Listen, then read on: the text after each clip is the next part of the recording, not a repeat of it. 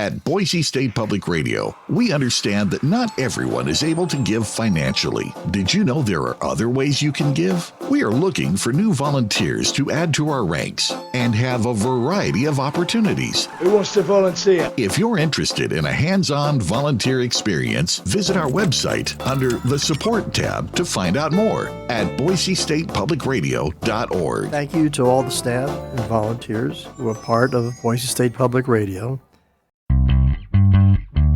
From the studios of Boise State Public Radio News, I'm Gemma Gaudette. This is Idaho Matters. If you listen to Idaho Matters, there's a good chance you've heard today's guest before. Scott McIntosh has been a regular voice on our Reporter Roundtable, helping us make sense of Idaho's biggest stories as communities editor for the Idaho Statesman. But when he's not writing editorials or thinking about the issues shaping our state, he's writing something completely different. Thrillers. His first novel, based in '63, introduced readers to Philip Chandler, a small-town newspaper publisher who has a knack for finding trouble. Well, Scott is back now with his second installment in the series, The Cryptic Mask, which sends his protagonist into another fast-paced mystery while drawing on the kind of details only a lifelong journalist could write. Scott, it's really nice to have you on the show and to be able to talk about, your alter ego as an author. Right. Well, thanks for having me on, Gemma. Yeah, it's been a fun journey, a fun side hustle, I guess you'd say. So you have spent decades, Scott, chasing real stories as a journalist. So when did you first kind of think, there were stories that maybe you wanted to actually, make up instead of reporting on? Well, I think I've always, like many journalists, I think I've always wanted to be a novelist and write books. But several years ago, maybe about 12, 13 years ago, I had an experience where I was investigating water rights applications in Idaho. And I know that doesn't sound like a very sexy topic for a thriller, but I experienced something while I was reporting on that made me think, boy, this would make a really great kind of detective novel. And so I kind of had it in the back of my head and I would kind of play with it from time to time. And then when I turned 50 a few years ago, I said, you know what, if you're ever going to write this book, you better start doing it now. You're turning 50. That's a big life-changing moment. So I started writing based in '63, based on experiences that I had investigating water rights applications in Idaho. And then from there, wrote my second book, The Cypriot Mask, which is coming out on Wednesday. So let's talk a little bit about the protagonist, Philip Chandler, because he's a newspaper publisher. You have been a newspaper publisher. How much of you is in Philip Chandler? Well, I will say that when I first started writing about Philip Chandler, it was a totally different character, and I had somebody else in mind, and it was kind of an amalgamation of a couple of reporters that I knew in my 30 years of being a journalist. And but then the more I wrote based in '63 and Cypriot Mask, the more Philip Chandler became a lot more like Scott McIntosh. So I'd say at the end of the day, there's a lot of Scott McIntosh in Philip Chandler, but also maybe some more aspirational things that are an extension that maybe I would like Scott McIntosh to be more like. So let's talk about the books themselves, because there's two out. Right? Well, there's one out. The second one comes out in just 2 days. Don't give any spoilers away, but kind of tell us a little bit about these books and what readers can expect. So Based in '63 is about Philip Chandler, who is investigating a double homicide of this elderly farm couple in a small town outside of Boise, Idaho. And in his investigation, he stumbles across a plot by a developer to manipulate water rights in Idaho. And he finds out that a state legislator for some reason, is helping the developer with his plan to manipulate water rights and change state water law so that he can build this massive development in the middle, this massive city in the middle of the desert. And so kind of why the state legislator is helping the developer is kind of your secondary mystery in Based in '63. So, Scott, I have to tell you that I think one of the things that I've loved about both of these books, and to be perfectly transparent, my husband actually was one of the readers of Cypriot Mask before it got published. So he gave me a rundown constantly of the book. And one of the things he pointed out was the realism of the journalism in the books. How important was it to get those newsroom details exactly right? I mean, even if the average reader doesn't know that that's how a newsroom would run.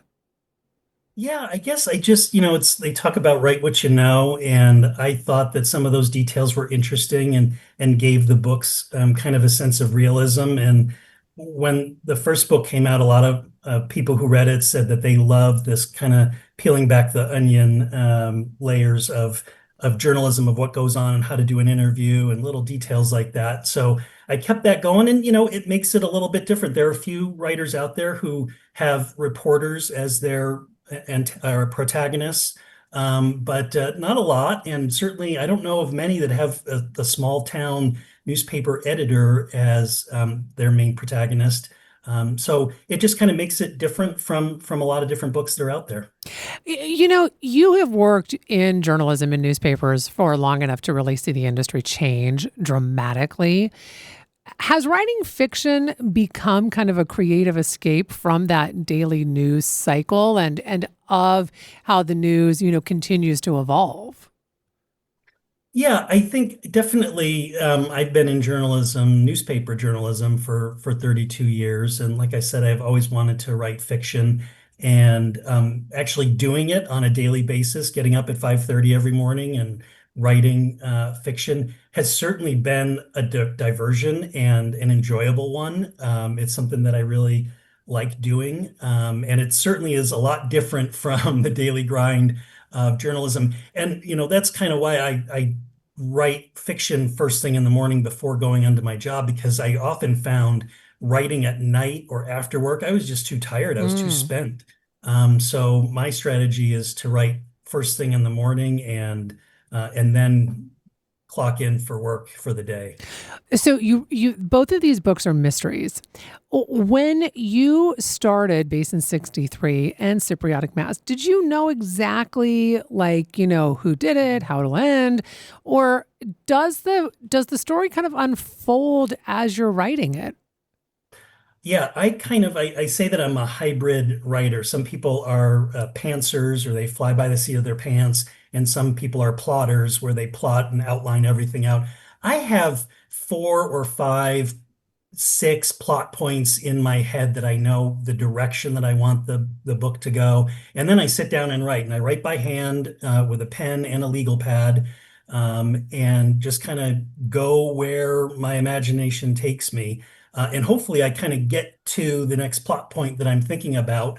But so far, the endings, I kind of knew where the ending was going to go vaguely for Basin 63. For Cypriot Masks, same thing. I kind of knew vaguely where the ending was going to go. But once I got to the ending, it was a complete surprise to me how that actually ended up. And I'm not going to give away any spoilers, but certainly when I first set out, to write Cypriot Mask, the ending was completely different from how it actually turned out. Okay, I want to go back to something you said. Did you literally say that you sit down with a legal pad and a pen and you hand write these novels? Yes, I have found that that's the best way for me. I have tried everything. I have done desktop, I have done standing desk, I have done laptop in a cafe. And the best thing for me is writing by hand with a nice pen and a legal pad. Wow. It's the most creative uh, way that I've found to write. That's really incredible. People may not know this, but you have won a lot of journalism awards over the years. Writing fiction is different than writing those facts, as you know. I'm curious though, has something surprised you about becoming a novelist in that creative writing process? I had heard writers talk about being in the flow. Like Stephen King writes a lot about that and talks a lot about being in the flow. And I had never really experienced it until I started writing Basin 63, where you are writing and you kind of get lost. And I don't want to say it's a dreamlike state, but it's just kind of you're in this different state and you're writing stuff And I was just surprising myself, like, where did that come from? It just really came out of the depths of my imagination. And so that really did surprise me because you're right, it is very different from writing a news article or an editorial or a column. So that definitely did surprise me. And again, I've only experienced that by writing on a legal pad with a pen. So let's get back to Philip Chandler because this is your second book with him. Are there going to be more books in this series? I mean, is this kind of what you imagined when you created this character? Yes, I am currently working on book 3 right now, and I have a great idea for book 4 that I can't get out of my head. I probably have, 3 or 4 more ideas beyond that. So this will definitely be a series. What I've learned through the publishing process is that a one-off book tends not to do as well as a series, that a series has kind of economies of scale and synergy. So rather than just write a one-off book, it's better to write at least 3 and maybe more just to capture those readers. They might like book 2 and go back and read book 3 or go back and read book 1. And so the goal is to do at least 3, but probably 4 and hopefully more.